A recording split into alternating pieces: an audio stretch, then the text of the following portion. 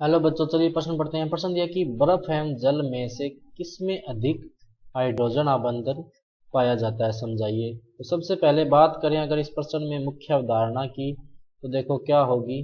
मुख्य अवधारणा जो इस प्रश्न में होगी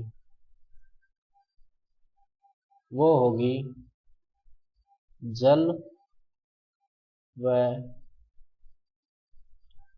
बर्फ में हाइड्रोजन बंधन या हाइड्रोजन आवंटन। देखो क्या होता है, H2O की संरचना क्या होती है, कोणीय या अपने बंकित संरचना बोल सकते हैं इसको। लेकिन बर्फ जो होता है वो एक तरह से चतुष्फलकीय संरचना बना लेता है। बर्फ में जो संरचना होती है वो एक तरह से क्या बन जाती है, चतुष्फलकीय संरचना। देखो कैसे कि हाइड्रोजन में तो जो हाइड्रोजन बंध है वो कुछ इस तरह से होंगे। देखो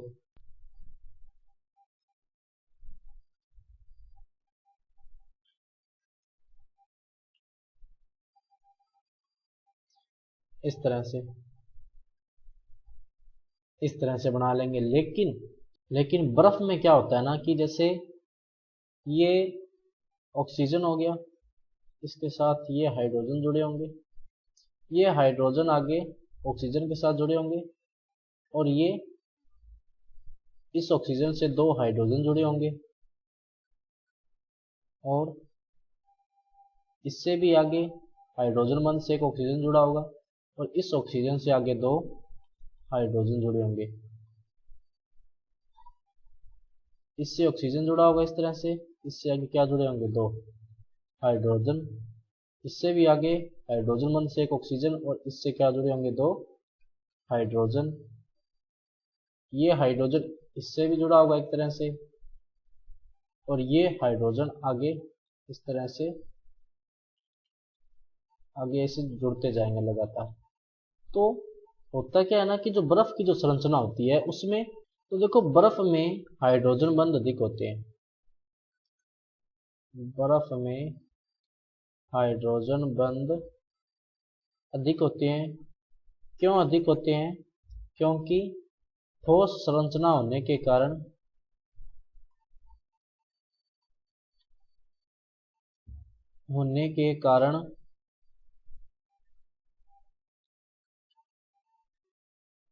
अणुओं की गति क्या होती है, लगभग नगण्य होती है, क्योंकि ठोस संरचना में अणु ज्यादा गति नहीं कर पाते। इसीलिए हाइड्रोजन बंध भी क्या होंगे, ज्यादा। हाइड्रोजन बंध क्या होंगे, ज्यादा होंगे।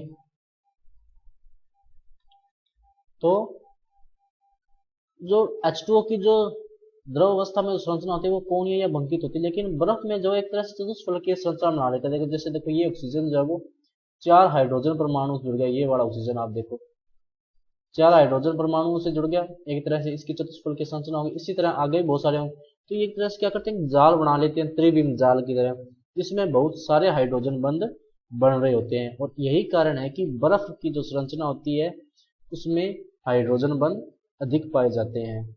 और दूसरा कारण ये भी है कि जब बर्फ होगी तो अणुओं की गति की जो सीमा है वो क्या हो जाएगी, बहुत कम हो जाएगी, अणु बहुत कम गति पर कर पाएंगे। इसीलिए भी हाइड्रोजन बंध क्या होगा, प्रबल होगा। और दूसरी बात, बर्फ जो होती है वो सामान्यतः बहुत कम ताप पर होती है, तो हाइड्रोजन बंध वैसे भी थोड़े ज्यादा होंगे, क्योंकि तापमान कम करने पर सामान्यतः बंध बढ़ जाते हैं। तो बच्चों ये था आपका उत्तर। मैं आशा करता हूँ आपको समझ में आया होगा। धन्यवाद।